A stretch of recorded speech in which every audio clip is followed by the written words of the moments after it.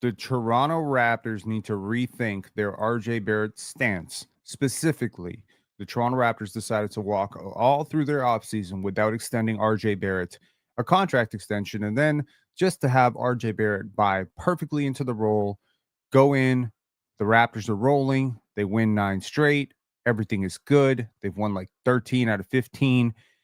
They have a top 5 offense, and everyone's like, it's Brandon Ingram, it's Scotty Barnes, and then RJ Barrett goes out. The Raptors win 2 games, they lose 2 games, and now some people are saying, wait a second, maybe it wasn't Scotty, maybe it wasn't Brandon Ingram, maybe it wasn't Jakob Poeltl, maybe it wasn't Emmanuel Quickly, maybe it wasn't Jamal Shed, maybe it was actually RJ Barrett who was creating all of that goodness for the Toronto Raptors offense, because here are the numbers over the last 4 games. The Toronto Raptors are still a top 4, top 5 defense. That hasn't changed. 107 defensive rating.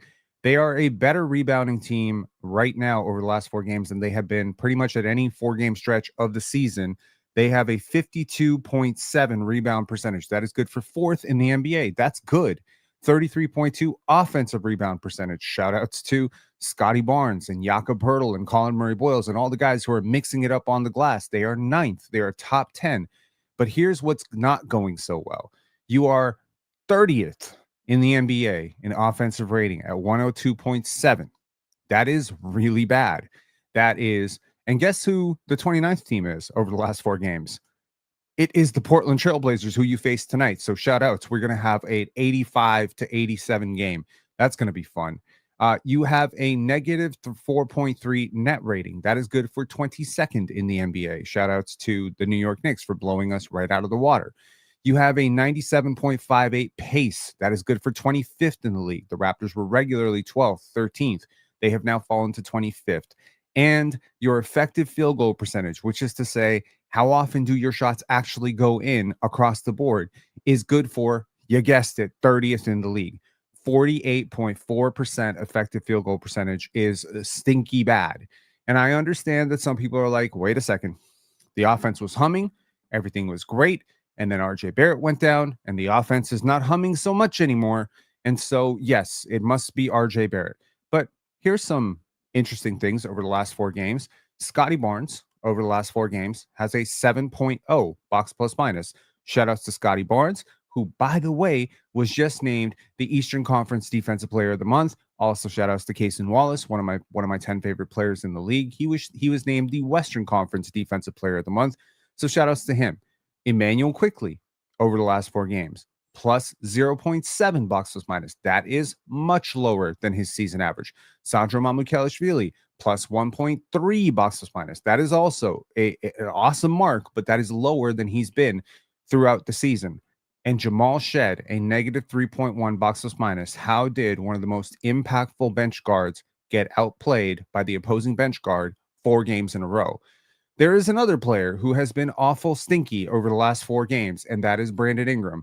Those box score stats are not going to tell you that, because he's averaging 25 points per game, 5.5 rebounds, 2.5 assists. But over that span of 4 games, his usage has gone up. His turnovers have gone up. His box plus minus has gone from about 0 to negative 2.3. And for your second highest paid player to be playing this way, that's not so good. He has a 49.4 effective field goal percentage. That is awful. Anything below 52, 53 in this stance is awful. 3.8 turnovers per game. That is awful. Negative 2.9 box plus minus. I don't know of another all-star over the last 4 games, former all-star, who's doing that, unless that former all-star is Chris Paul, okay, or someone washed. 32.6 usage percentage. So all the stinky offense and all the shots not going in have not stopped Brandon Ingram from pounding the hell out of the basketball and taking every single shot his heart desires. An 11.5 assist percentage is not great. That's not great. He's not passing very much. And we saw that in that final shot against Charlotte, where he did not pass the ball to a wide open Scotty Barnes. And a 13.2 turnover percentage. Again, this is just like beating a dead horse here. Brandon Ingram has not made his shots. Brandon Ingram has taken a lot of shots. His defense has been kind of lackluster. And if you want to look at the biggest difference between Brandon Ingram and wins and losses, It's not his offense, it's his defense. He rebounds better, steals more, blocks more, fouls less in wins than losses. So BI's defense and BI's willingness to buy into the offense. So maybe if you want to make the argument of, hey, Scotty Barnes, or RJ Barrett. RJ Barrett's the guy. Maybe the greatest thing that RJ Barrett was doing was forcing Brandon Ingram to not be so ball dominant. Maybe without RJ Barrett there, Brandon Ingram feels a need to do this. And maybe he's right. Maybe he's wrong. We won't know until he stops. Okay. But here, I want to answer to the people who say that RJ Barrett is the great differential.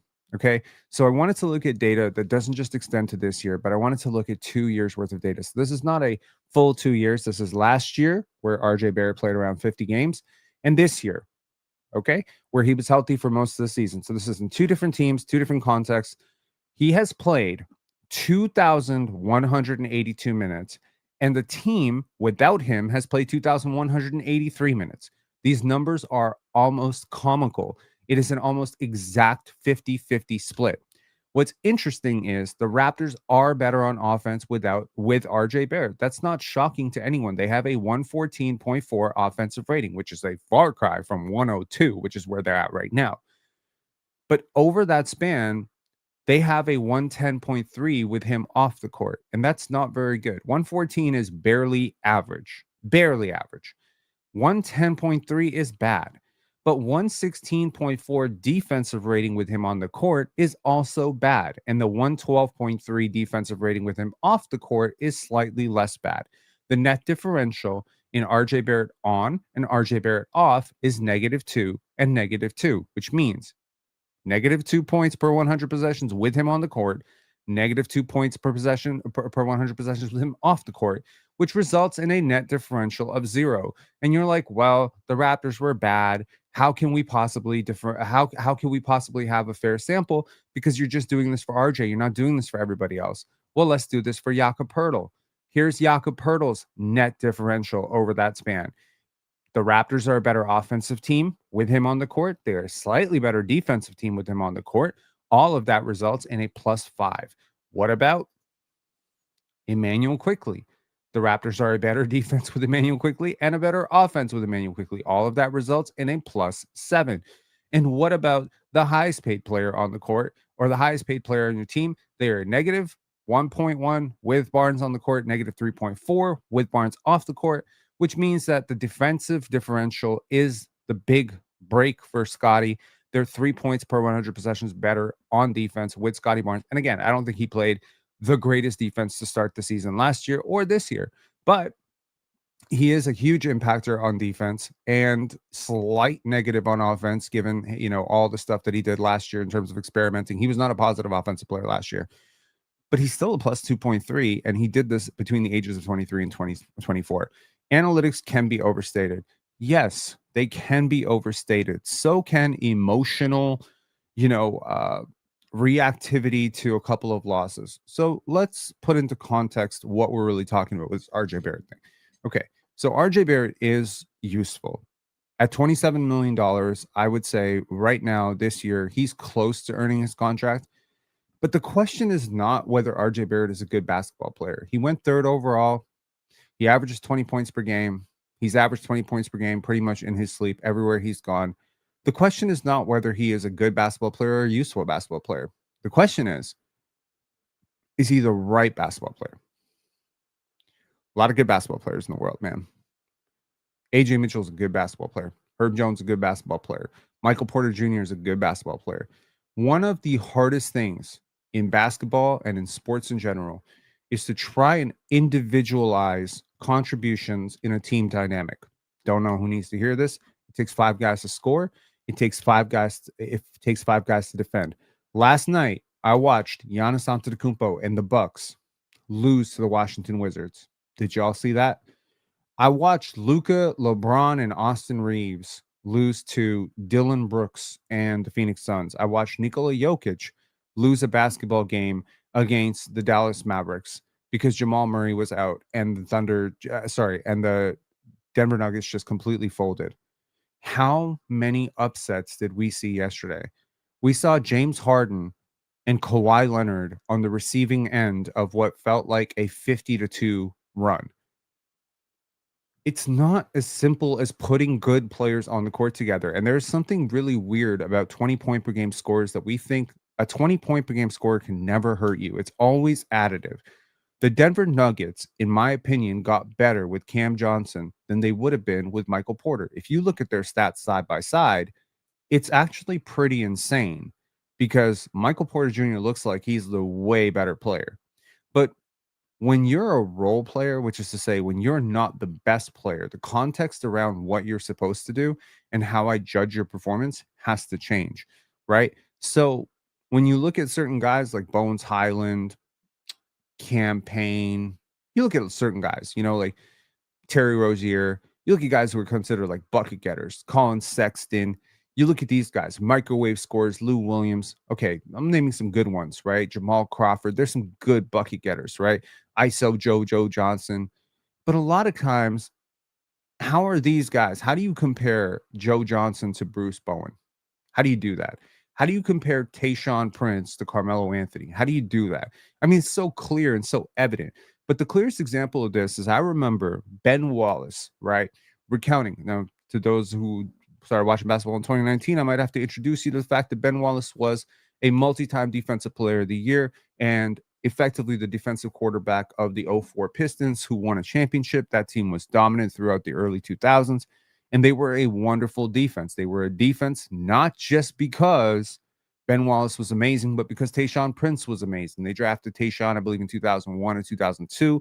Tayshaun was a huge part in how they shut down Tracy McGrady. Rip Hamilton was a good defender, positionally sound, and that entire team took a mega step up when they brought in Rasheed Wallace and he bought into his defensive role, took less touches than he had in Portland, decided to become a defensive juggernaut or a defensive, the Wallace brothers.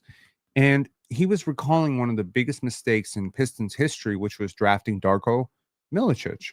And he recalled that had they drafted Carmelo Anthony and not Darko Milicic, he didn't believe that they would win a championship. Now, I think a lot of people are like, whoa, wait a second. Darko Milicic was trash. He barely played. Carmelo Anthony was amazing. He was a multi-time All-NBA All-Star. He's a top 75 player of all time. How the hell can drafting a top 75 player of all time make you lose a championship? But then that kind of comes down to how well do you actually understand basketball? Ben Wallace understands basketball at a savant level. Draymond Green understands basketball at a savant level. It brings me to another debate, the debate about Kenyon Martin. Kenyon Martin and Draymond Green have been taking jabs at each other. Now, I lived through Kenyon's entire tenure, okay? His career from Seton Hall all the way through New Jersey, all the way in Denver. I watched a ton of Kmart. I know Kenyon Martin's game.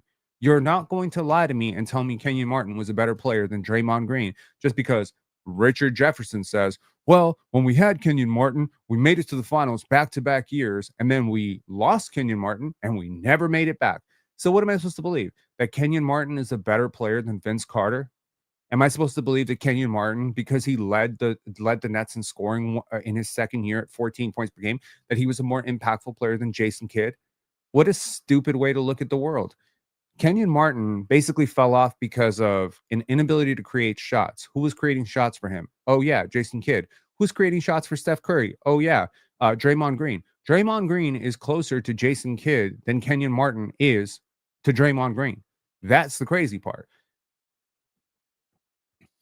Kenyon Martin was a better player. How? How is Kenyon Martin a better player? He's not a better defender. The league allowed you to get away with murder.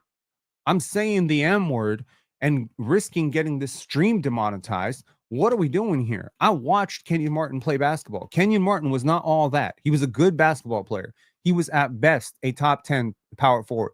Draymond Green has at best been a top 20 player in the league, top 15 at times. Draymond is so underrated, but Draymond is underrated precisely because we don't count deflections. We don't count switches. We don't count positional versatility. Kmart was like that too. Kmart could guard 3s and 4s and 2s sometimes. Draymond can guard 1 through 5 very legitimately. Draymond Green is a brilliant basketball mind. He is like in the middle of the court. People overrate hype. They overrate highlights. Kenyon Martin in this exchange is RJ Barrett. And Draymond Green is like, I don't know, Herb Jones. Like, you don't pay attention to what Herb Jones does. That's cool. He plays in New Orleans. I don't think you were paying attention to Brandon Ingram and Zion Williamson last year either. And that's cool. Cason Wallace is that type of dude. You're not tracking deflections. When I try to tell people that Cason Wallace is going to get $30 million a year, they'll be like, Cason who? 30 what? Yeah, he will. He will. Because NBA GMs have figured out that it takes more than buckets to win championships. Now, to the point of, is RJ Barrett the right player for this team? Well, here's a question, and a good one. Are you struggling right now because of RJ Barrett being out? No, he didn't. And if he did, holy shit. Let me put it this way. If your car breaks down, right, on the road, what's the first thing you do? I don't know a lot about cars. I'm asking y'all, what do? You call roadside assistance, cool. But let's just say you just want to figure out what's wrong. You check to see if you have gas, right? You check to see if you have gas. What else do you do? Give me some ideas. What do you do if your car breaks down on the highway? What is the first thing you're going to do? Like list out obvious things that you would do if your car broke down on the highway. If your car is not running, you got to check if you have gas, right? What else? Go through the options, right? Check the engine battery, says Sheridan Forbes. Okay. How much is an engine battery? Try to see what the issue is. So I'm checking gas. I'm checking the engine battery, engine light. Pull over to the side first. Look under the hood. Yeah, I see you. Look under the hood, especially if you got a chick in the car. Definitely look under the hood. Pretend that you know what you're doing. That's some grade A math right there. What I'm saying is, as expensive as gasoline is, you're kind of hoping that that's the problem, right? Now, we all know your car can't run without gas. Your car can't also run without an engine. Your car also probably can't run without a whole bunch of other shit that I'm not even mentioning right now. Oil. You got an oil problem, you got a gas problem. You're praying it's a gas problem. But just because your car can't run without gas, would you say the gas is the most important part of your car? i.e., if you could preserve any part of your car, would it be the gas? But you need all of them to run, right? You need all of them to run. Well, that's the whole point. You need paint touches. You need penetration. You need shooting. You need defense. So, you put Kmart on the Warriors instead of Draymond, and they become a dynasty. First of all, genius, the Warriors were a dynasty.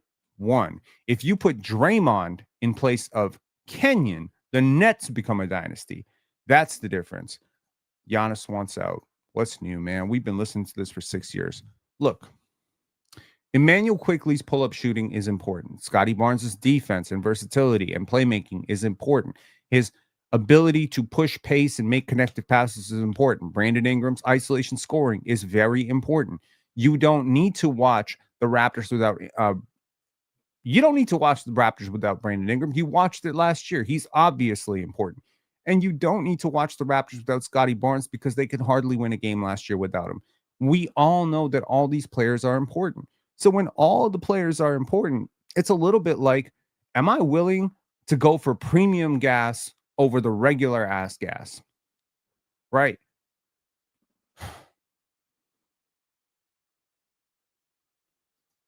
Yeah, that's insane. Herky Jerky saying Scotty Barnes is a 25 and 25 to $30 million guy under the new CBA. If Chet Holmgren and J Dub are $40+ million max contract guys, then definitely Scotty Barnes is a max player. What are we doing here?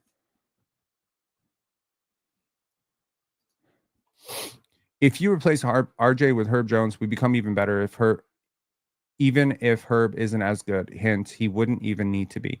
And that's kind of the point. right? What have you replaced RJ with? And what else is going wrong for you? Brandon Ingram cannot hit shots right now. He just can't. Jacoby Walter has no confidence right now to take shots at the rim. RJ Barrett will put them up. Jacoby Walter will travel or he'll get a charge or he'll float one up. Okay. There's a lot of things that are going wrong. One of those things that's not going wrong is Scotty Barnes. Scotty Barnes has been amazing in the last 4 games, been efficient as hell, been really good defensively. He's doing his job. He's rebounding. Sandro has been okay. That second unit has been totally out of whack. What does that have to do with RJ Barrett? Brandon Ingram is missing wide open threes. What does that have to do with RJ Barrett? He's missing touch floaters at the rim. What does that have to do with RJ Barrett? Does RJ Barrett help the offense? Of course. He wouldn't be in the NBA if he couldn't help offense. But where did we get to this idea that the Raptors are terrible without RJ Barrett? That could be said for just about every single starter on this team. You couldn't win games when Jakob Poeltl was out in the beginning either.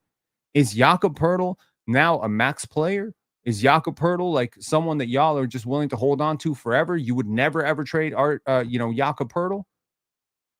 If you replace Brandon Ingram right now with Norman Powell, I could make an argument you're probably a better basketball team. Does that mean that Norman Powell is shit or that Brandon Ingram is shit? No, it just means you need a certain amount of everything to make offense and defense click. And that's the whole point here is we far too often, right? Far too often try to jump to the most extreme circumstances or extreme conclusions based on very limited sample. Very limited sample. The Golden State Warriors were a 73-win team before Kevin Durant got there with Harrison Barnes. They were not a 73-win team with Kevin Durant. Does that mean that Harrison Barnes is better than Kevin Durant? No, it does not. Kenyon Martin led, was a major part of 2 finals teams. Those 2 teams that he was a finals contender on had a top 5 player, and it was not him. It was Jason Kidd. J. Kidd was a top 5 player in 2001, 2002, 2003 for the New Jersey Nets. Top 6, maybe. The East was watered down. That team couldn't beat Sacramento, San Antonio, the Lakers. They wouldn't have beaten like 7 teams in the Western Conference. So the fact that they went to the finals is largely a function of the fact that the East was watered down. The fact that Kenyon Martin, despite breaking his leg in his final year at Cincinnati, was still the #1 pick, a fact that he allegedly uses to defeat his I'm better than Draymond. I was the first overall pick. You were a second-round pick. You were the first overall pick in possibly the worst draft of my lifetime. Okay, cool. What is the point? You average 12 points per game in your entire career. What is the point? I guarantee you that right now, hand on a Bible, word to God, Kenyon Martin probably thinks he's a better player than Lamar Odom. And he's not. He's not. He probably thinks he's a better player than Pau Gasol. And he's not. He probably thinks he's a better player than Scotty Barnes. And he's not. And he probably thinks he's a better player than Brandon Ingram. And he's not. He's not a better player than DeMarcus Cousins. He's not a better player than a lot of dudes. He's not a better player than LaMarcus Aldridge. What are we doing here? He's not a better player than Boris Diaw. But that's the point. You can't convince these dudes of anything because they got it in their minds. No, I was the best player on a championship team. They're going to go to death with that one. No, you weren't a championship team. You were at best, the 6th best team in the league. At best. That's a fact. And you were not anywhere close to the most instrumental part of that team. Doesn't matter what Richard Jefferson says. It doesn't matter what Gill says. It doesn't matter what Brandon Jennings says. It doesn't matter what any of these clowns say. It doesn't matter. Because what the truth is the truth. It doesn't matter what Skip Bayless says. It doesn't matter. Skip Bayless can say, LeBron James is not as good as this guy and this guy. I'm pretty sure there's some idiot out there who's probably argued that Julius Erving is better than LeBron James. Does it matter? So look, the 20-point per game scorer is a player archetype that we have a very difficult time washing our hands of. We cannot get it into our minds that a 20-point per game scorer may not be what you need. because everybody wants a 20-point per game score. How could you not draft a 20-point per game score? What if I don't need 20 points per game from that role? There's only one ball. Can't have 8 20-point per game scores. Right? Lance B said, is Jalen Johnson playing better than Scotty right now? No, I don't think so, but he's playing great. He's playing great. He's playing great. He's outplaying the shit out of Evan Mobley. He's outplaying a lot of dudes right now. He's been a top 20 player in the league, top 20, top 25. He's been amazing. I think Trae Young is a great example. If you want to talk about Jalen Johnson, why don't we talk about the fact that there was a dude, shout outs to D-Lee, who came up on the panel, was also, by the way, on Raptors Republic. He interviewed with Samson Folk.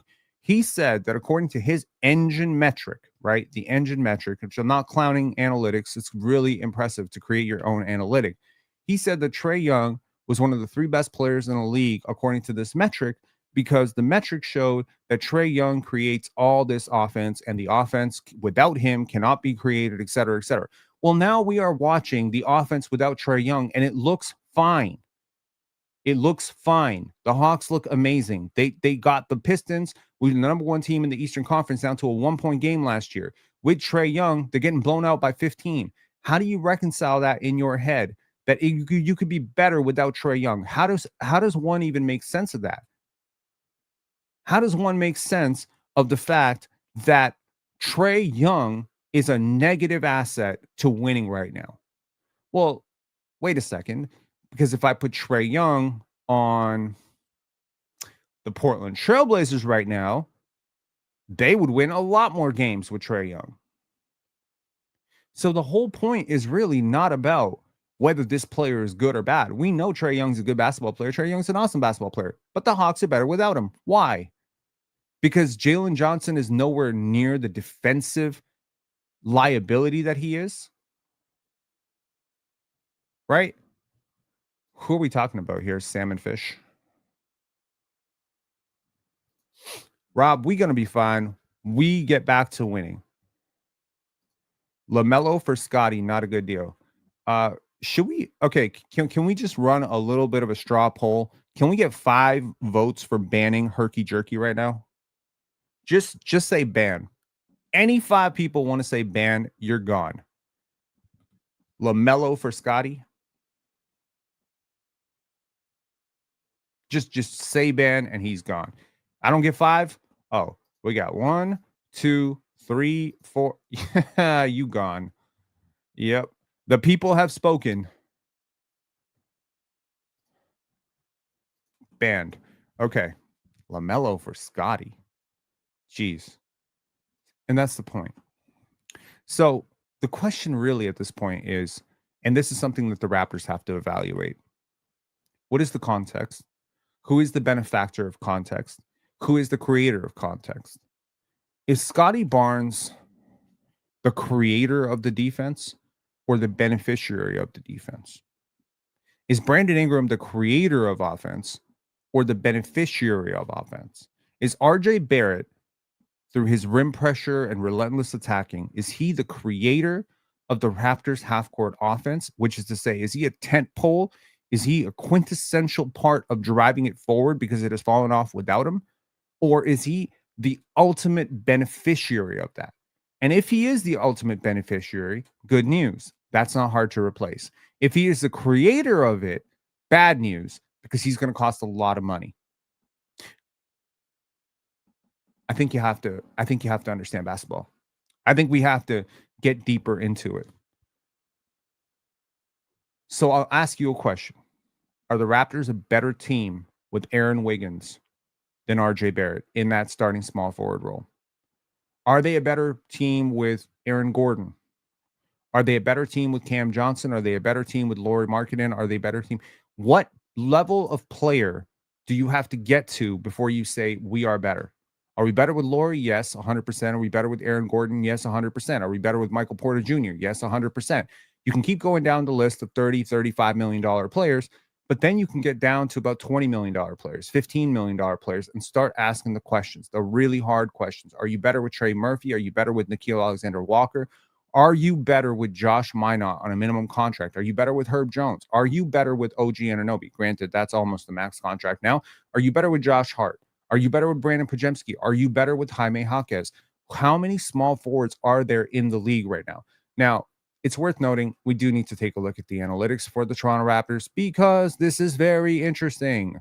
Okay, so per win shares so far, this is 21 games into the season. The Toronto Raptors are led by Scotty Barnes with 2.5, Emmanuel Quickley with 1.8, Jakob Poeltl with 1.6, RJ Barrett with 1.5, Sandro Mamukelashvili with 1.4 off the bench. Win shares are cumulative, so playing more minutes helps. This is to say that Jakob Poeltl and RJ Barrett, who've missed a lot of games, are probably on par with Emmanuel Quickley in terms of importance for this team. Jamal Shed with 1.1, Ingram with 0.9, CMB with 0.6, Dick with 0.6, Walter with 0.5, Battle with 0.3, and Mobo and Abaji with 0.1 apiece. I do think win shares can be flawed, but an interesting metric nonetheless. Here is per box plus minus. Scotty Barnes, 5.0. Mamukelashvili, 2.5. Battle and Quickly, 1.7. Poeltl, 1.4. Jonathan Mobo and RJ Barrett at 0.7 for two completely different reasons. RJ because of the offense, Mobo because of the defense. Jamal Shed, negative 0.1. Jacoby Walter, negative 0.7. Brandon Ingram, negative 1. CMB, negative 1.5, which is really not bad for a rookie. Grady Dick, negative 2.8, which is kind of depressing for a lottery pick in his third year. And Ochai Abaji on his way to China at a negative 6.9. This kind of tracks. A lot of this tracks. To the more evolved snobby analysts or analytics people who prefer EPM over BPM, Sandro Mamukelashvili leads all Raptors with 2.0, Emmanuel Quickley with 1.9, Jakob Poeltl with 1.7, Scotty Barnes and RJ Barrett are equivalent according to EPM at 1.5, Brandon Ingram at negative 0.4, Jamison Battle with negative 0.4, Grady Dick with negative 1.5, and CMB with negative 1.6. I stopped looking for Ochai Abaji because I assumed he was off the page. So this is kind of the point, like at this point, like, you know, your analytics are attempting every single one of these analytics is attempting to answer the exact same question. And that's the question we're trying to ask right here. What is the individual contribution to the team's success? That's it. And so that's what I'm asking. What is it that RJ Barrett does that you think is impossible to replicate? Could Dylan Brooks, Norman Powell, or Andrew Wiggins replicate or exceed what RJ Barrett does? Could Aaron Wiggins, the third stringer on the OKC Thunder, replicate or even expand on what he's done?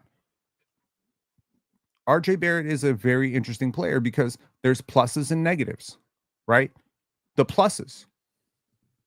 Do a cross comparison between him and Norman Powell. Norman Powell was available basically for free. The Miami Heat got Norman Powell for free from the Clippers, okay?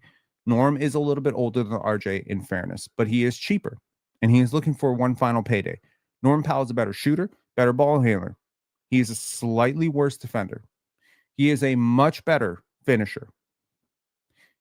I think he's similar as a cutter, and I think off ball, he is way better. Way better. Norman Powell, RJ Barrett is not a conversation in my mind. I think Norman Powell is way better. Okay, so there's one. Derek Jones Jr. is the one guy that I would love to do a cross comparison because it's totally wildly different. Najee Marshall is another one. Patrick Williams. These are the conversations I can have. DeAndre Hunter. These are conversations we can have. Now, the most important thing to realize when you are talking about the Raptors offense falling off a cliff is you have two mega important players who have completely fallen off a cliff with RJ Barrett off the court. And it doesn't mean correlation is causation. Just because Brandon Ingram is hitting a bit of a wall right now doesn't mean he would be not hitting a wall if RJ Barrett was playing. Because I guarantee you right now, if the Raptors lose the last two games and RJ Barrett shoots 0 for 7 from 3, you'd be saying, oh, trade RJ. So just because you don't get to be there, like this reminds me so much of 2002 when the Toronto Raptors went on this mega run without Vince Carter. Huge run to make the playoffs. They were completely out of it. They were not a playoff team. They go to the playoffs. They lose in 5 to the Detroit Pistons. I remember that game because Chris Childs damn near lost his mind, taking a crazy half-court heave. And I remember a lot of people into that, you know, in that run were like, Are the Raptors better without Vince Carter? The Raptors are better without Vince Carter, huh? Are we not factoring in that teams were taking the Raptors a lot more lightly without Vince? Are we not factoring in that Vince wasn't a particularly good defender that year, and maybe the guys who played ahead of him were good defenders? Are we taking that into account? There are certain players who can scale very well to different roles. OG Anunoby is worth what he's worth, and RJ Barrett cannot get his contract because OG Anunoby can scale up and down. If Mikal Bridges and Jalen Brunson are out, OG can be the guy who takes 20 shots. But in a 12-shot reduced role, OG Anunoby is still an overwhelming positive. If you've noticed, teams prioritize players like this. Teams prioritize players who have two-way impact, who are not taking anything away from anybody else, and can do all of their damage with 10 shots or 20 shots. If you can scale up and down in your role, which is to say, if you are basically J-Dub, if you're that dude, J-Dub, Cameron Johnson, these types of players, the OG Anunobys of the world, these are the guys that are most valuable archetypes, the Aaron Wiggins of the world, right? And these are the guys who consistently win. Harrison Barnes, another sort of 3-and-D type of guy, right? But then you get like this other archetype, which is like the DeMar DeRozan. And now we got to kind of fit around you. We got to work around your game because you got all these tendencies and whatever. And that's great. If you're a top 20 player, that's awesome. If you're a top 20 player, I got no problem working around your weaknesses. Luka, you're not a great defender? No problem. Jokic, you're not a great rim protector? No problem. We got you. We got you. You're great. Giannis, you're not necessarily like the greatest shooter. Okay, fine. We'll put shooters around you. That's cool. LeBron James, you need shooters around you. That's cool. I mean, first of all, if you're a great player, you probably have fewer weaknesses to begin with, but we can work around your weaknesses. No problem. Right? You're a high post passer. Let's get you some cutters. Cool. But teams are not bending ass backwards to accommodate third and fourth options who are defensive liabilities. That can never be the case. To the people who said in the chat, oh, RJ's a decent on-ball defender, but he's not a good off-ball defender. Which of these two things do you think is more important? Which is to say, which of these two things do you genuinely think is more important? Because I guarantee you, if you said off-ball defense is more important, you are in the minority. But you would be right. Being in the right place 99% of the game, which is to say, making it back in transition, having the speed, dexterity, everything to just sit in the gaps, make the right reads. Even if you're not like the fastest guy and you're not the most fleet of foot and you're not some explosive leaper, just being positionally sound will make you like a 60th percentile defender. On ball, not going to lie. Off ball is way more important. Way more important. Do you know why off ball is way more important? You want to think about that for a second? There's one ball. This is not one-on-one. There is one ball and 10 players. At any given time, one guy has the ball. Now, if in a perfectly egalitarian world, every single player would have the ball 10% of the game. That's not how it works, obviously, right? But that's not how it works. Precisely why off-ball defense is so important. RJ Barrett is never going to be the guy who guards the other team's best player, which means if Luka, okay, hypothetically, forget the Lakers because they're an embarrassment of creators. Let's say you do face the Denver Nuggets, right? Jamal Murray. Is RJ Barrett guarding him? Probably not. Nikola Jokic. Is RJ Barrett guarding him? No, he is not.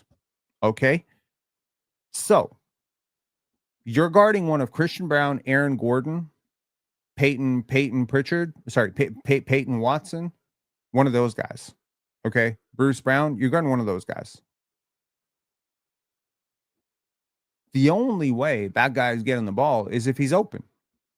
And the only way he's getting open is if you get lost off ball, which means I don't need you to be great on ball because your guy is barely ever going to get it unless he's open. And if you are so great off the ball, you'll probably do a pretty good job of denying him the ball anyway. Does that not make sense? Now, if you're so overwhelmingly bad on the ball that we can just hunch you, now we're talking about a different thing. I'm not saying that off-ball defense is so important that you can be a complete pylon on the ball.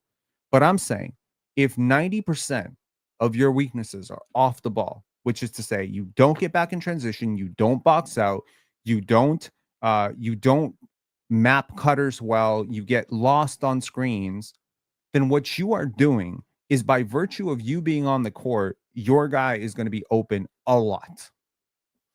And as a defensive coordinator, I have to know that. But as the opposing coach, I also know that if Christian Brown, the minute this guy turns his head, back cut him, that's an open dunk. Now, Christian Brown cuts back door, you force rotation. Every single time you get lost off the ball, you force rotation. It is not so easy to make up for a player who gets lost off the ball. If you're bad on the ball, at the very least, I can send controlled help. I can scram switch out for you. I can send a double team. But if you're not even there, there's nobody to double team because you lost your man.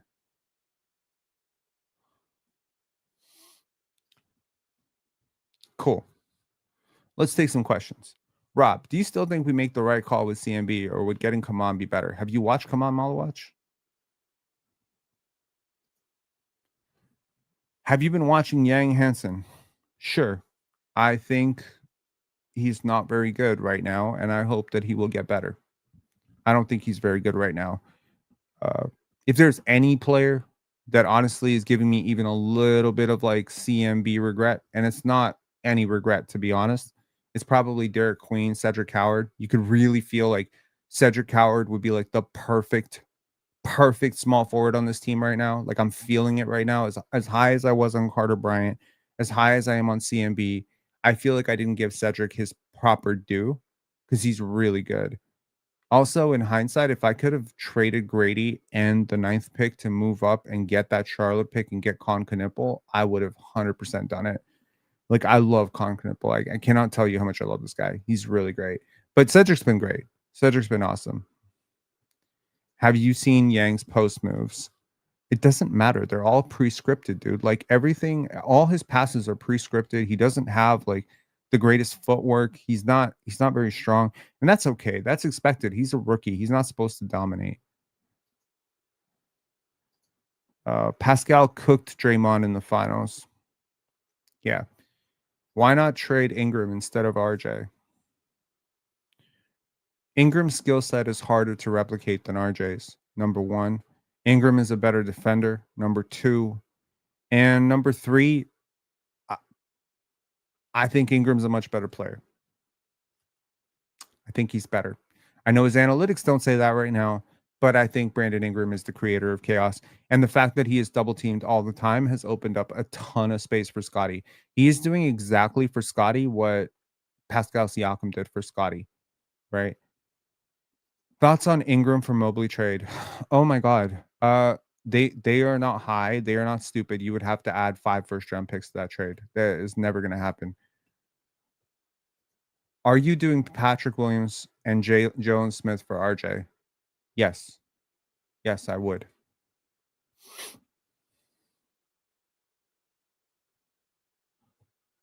RJ probably has a very small market. And that's the point.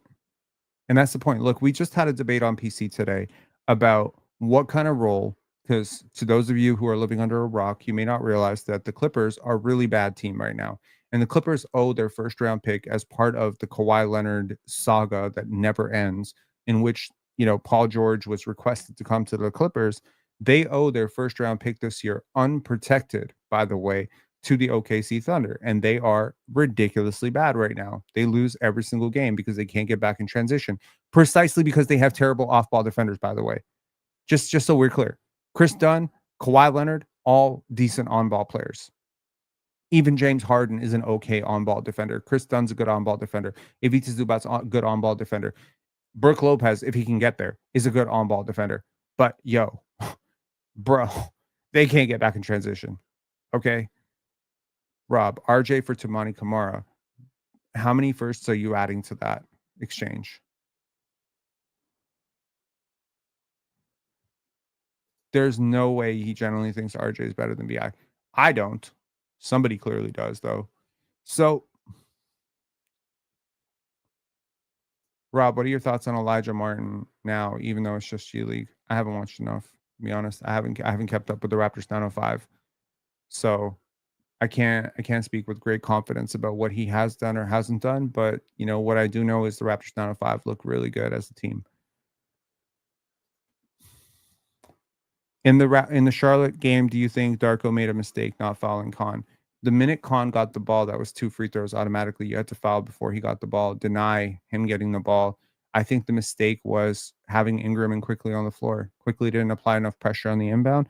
Ingram didn't apply enough pressure on the shot. You could have had CMB and Mobo on the court. You could have had CMB and Ochai on the court. You would have made your defense so much harder that way. I don't understand why you have defensive specialists on your team if they can't play a defensive possession. Like whose feelings are we trying to protect here? Do you know how many times I've seen RJ Barrett on the court with one possession to go on defense? Like, have we not seen enough? Do we not know that he's not a good defender? Why can't we do that? Is it we're trying to lie to RJ? You're like, oh yeah, you're a great defender. Brandon Ingram, you're a great defender. Manuel Quickly, you're a great defender. No, you're not. You're not great defenders. We have better defenders than you on our team. Okay. If I had just one stop, if I had to make one stop on this team, Jacoby Walter is on the court. But if RJ Barrett's playing, Jacoby can't be on the court. Why? Why? If you want to play clutch time minutes on defense, become a better defender. This is soft ass league we live in, man. Like coaches, when I was coming up, I was not the biggest defender. I had no problem getting subbed out for a taller defender if it was an inbound play or if my matchup was killing me. I remember going up to my coach when I was getting cooked by like 6'2" dude at point guard, and I just wasn't used to dealing with a 6'2", 240-pound point guard, and I'm giving up a lot of weight in that matchup, and I'm giving up a little bit of size too. I was like, I'm dying. I'm dying. We need to put our small forward on him because I can't guard him. So we switched. Like, Rob, can Jacoby play the point? Absolutely not.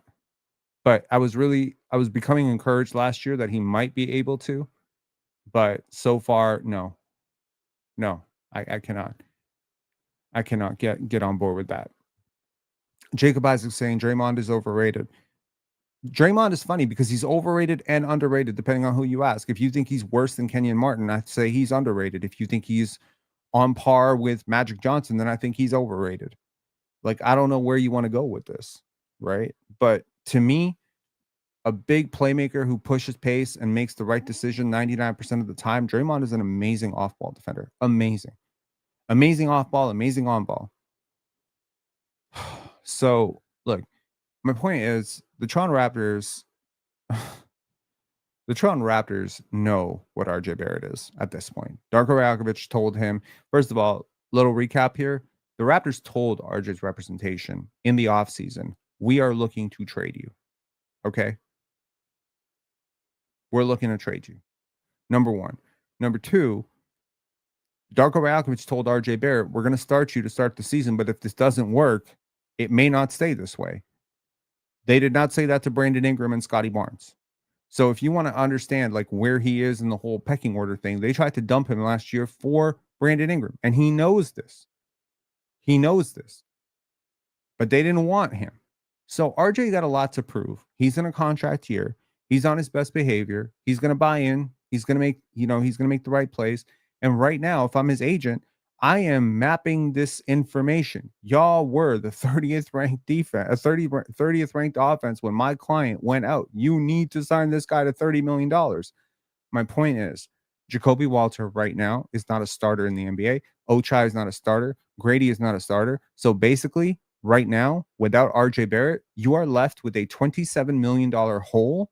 And just because there isn't a player on your current roster who's good enough to occupy that role does not mean that RJ Barrett is suddenly Michael Jordan. Just because you cannot make up for Jakob Poeltl not being on the court defensively doesn't mean that Jakob Poeltl is a better player than Rudy Gobert. Do you understand what I'm saying? It all comes down to how does your five-man unit work and which guys are replaceable and which guys are not. You want to lose Scotty Barnes for like 4 or 5 games, touch wood, and find out how much you miss his defense. You want to miss Brandon Ingram for 3-4 games, which you will at some point anyways. You want to see how much you're going to miss that dude? We already saw this team does not work when they are missing pieces.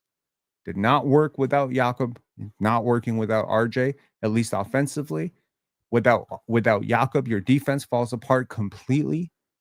Are we missing the fact that one of these games, the one that led to this exorbitant net rating differential, is the one you've played without Jakob Poeltl?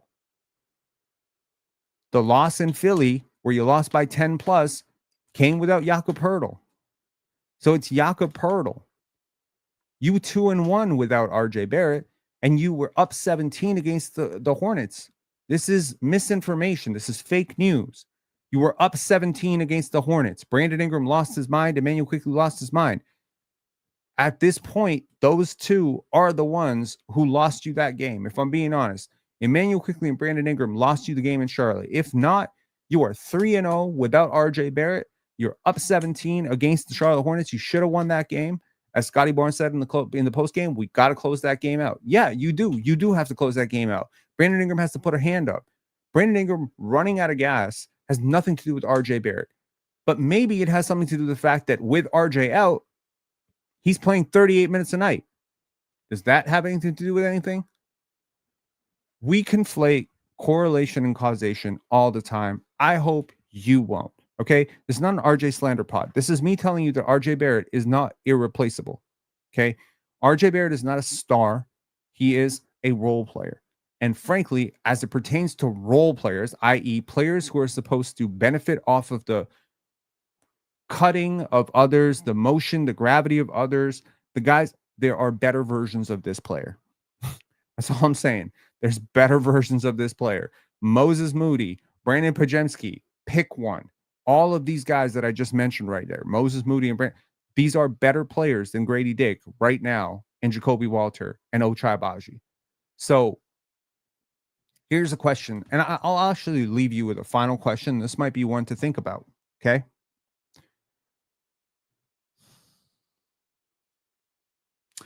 Let's say the Los Angeles Lakers in 2000 lost Derek Fisher. And they didn't have a single point guard on the roster. So I volunteered to be their starting point guard. And they lost every single game. Is Derek Fisher now the most important player on the team? Because I was his backup and I'm the worst backup in league history. That's the same logic. That's the same logic. There are some teams that can withstand losses to certain players. There are some teams that can't. We, by the way, cannot really withstand a loss to any of our starters. Because when we lose Immanuel quickly, Jamal Shed has to step into the starting lineup or Scotty has to move to point. That changes everything. When you lose Jakob Poeltl, likely you're starting one of Jamison Battle, Jacoby Walter. You're starting a non-big, which forces you to be super small. We have depth issues. Our team is too young to be competing.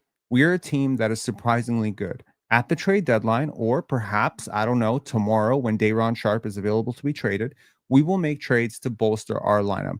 We are a good bench. We have had a good bench, but we have been bottom 5 in bench production. The reason we've had a good bench is because Scotty Barnes and Jakob Poeltl and Immanuel Quickley and RJ Barrett and Brandon Ingram, these guys have been peppered in with the bench.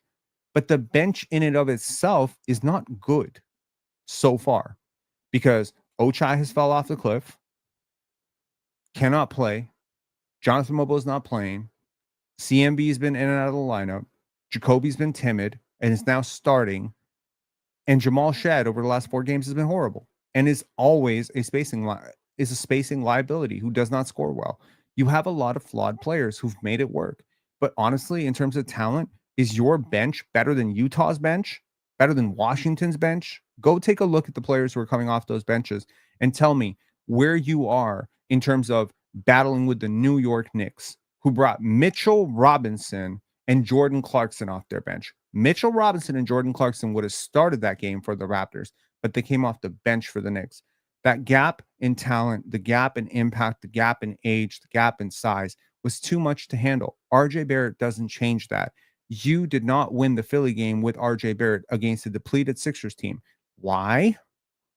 Because you didn't have Jakob Poeltl, and Scotty Barnes can't play center. So if Scotty Barnes is your center, you're probably going to lose that game because your backup center is also 6'7", 6'8". That's the point. So the correlation is not causation. We will see tonight and also 2 days from now against the Lakers. I've got some good news, by the way, guys. We will hopefully figure out our technical difficulties on playback, but here are some quick games to put into your schedule for the Raptors on playback with PC. So here are the games that I will be on. December 7th, Celtics at Raptors. You can watch it with me on playback via Player's Choice, Playback TV, Player's Choice. Also, December 9th, Knicks at Raptors, the NBA Cup game. We will be able to watch that game together. I hope that you guys will pull up in the hundreds and support the shit out of those streams. It's super cool. We can watch it together. We can react together. We can debate it together. You can potentially even call in or something, you know, on the streams and stuff. So it's really cool. Yes, you will have to put up with a little bit of nonsense from some people who don't like the Raptors, but you know me. You know me. I'm going to hold it down. I'm always going to tell the truth, and I'm always going to tell those people to fuck off, you know, basically, because people don't give the Raptors enough credit. I think this is still a really good team. I'm not panicking because we lost 2 games. Yeah, it was a little bit deflating to lose to the Charlotte Hornets, and you had a letdown game against the Knicks on a back-to-back. These are scheduled losses. This is going to happen, okay? I will remind you, anytime a good team loses to a bad team, I always say the 96 Bulls, arguably the greatest team of all time, lost to the expansion Raptors. It happens, okay? What is your reaction if we lose tonight? I don't have a reaction if we lose tonight. The Portland Trailblazers are a good team. Denny Avdia is good. We should win this game, but honestly, if we lose this game, I'm not panicking. I'm not panicking.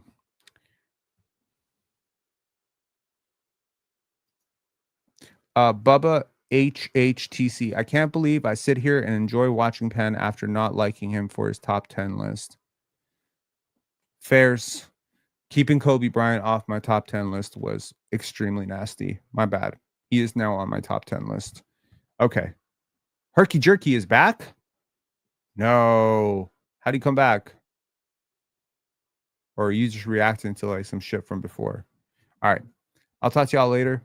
Have a great one. And let's go Raptors, man. Let's get a W tonight against the Portland Trailblazers. But remember, kids, remember when you're at home, RJ Barrett is not the savior, okay? He is a beneficiary of space that is being created by the offense, space that is being created by Ingram, space that is being created by Jakob Poeltl. He is the perfect beneficiary of scoring opportunities in transition.